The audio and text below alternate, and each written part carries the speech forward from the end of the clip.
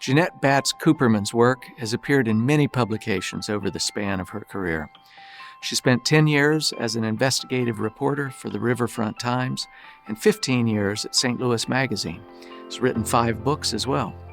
Her work has appeared in national magazines, the Post-Dispatch, and in publications for Barnes Hospital and St. Louis University.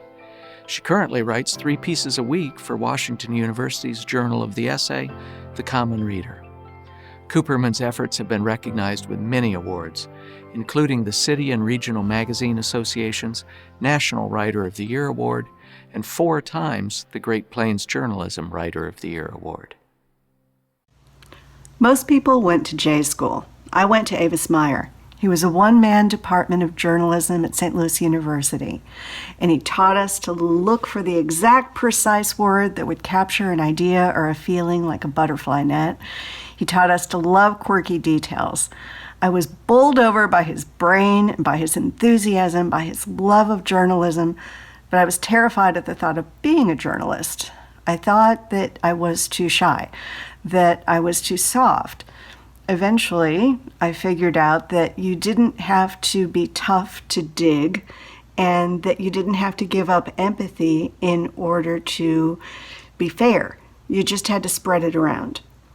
So I became a journalist, and I would like to thank Avis for that. I would also like to thank all of you for this, because it's an honor. I'd like to thank the fine editors that I've had the pleasure of working with at the Riverfront Times, at St. Louis Magazine, now at the Common Reader at WashU. I would also like to thank all the fun colleagues I've had that got us through all the stress. And I'd like to thank every single person who ever handed me a manila file folder full of documents that maybe I wasn't supposed to see, or opened their hearts to me, opened their lives to me, allowed me to inspect the most personal details. I'd like to thank everybody who took the time to explain ward politics or court filings or psychiatric diagnoses or physics. I'd like to thank all of them and all the readers that kept me going. I sound like I'm dead, but I'm not yet. When I thought that I would be standing in front of you with my knees knocking instead of making this video with my knees knocking, I planned to talk back then about the notion that journalism was dead. Well, now we're in the middle of a pandemic. We're watching a civil rights movement swell, and I'm reading some of the finest journalism I've read in my life. We have never needed it more. If journalism had been dead, that would have meant that we were giving up on truth-seeking, giving up on questions, giving up on trying to fix the world. Now we know we can't afford to.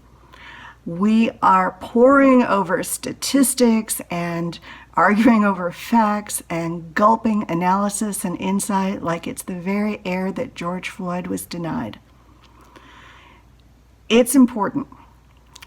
Journalism is a rough draft of history, and we need it to be as thoughtful and as polished a rough draft as possible. We need it to rely on real history, to be informed by it, to put things into context, to include a mix of voices. Stories can't all be told in pictures and audio. They can be enhanced by them. But journalism that is in print form, even when it's electronic, lets you pause and absorb and question. It lets past and present and future come together. It lets the reader get inside the mind of the writer or the subject. It gives it a different kind of imaginative life. And I think that right now, when we are fighting for our lives and our democracy, it is truly more important than ever.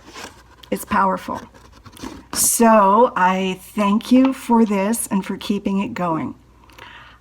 I also think that there can't be anything more fun to do. When else can you ask strangers crazy questions, even if you are shy, and pry into the past and dig up documents from the 1800s and scrub up in a cholera tent or persuade a Roma family to trust you or interview monks and murderers and jazz musicians and con artists?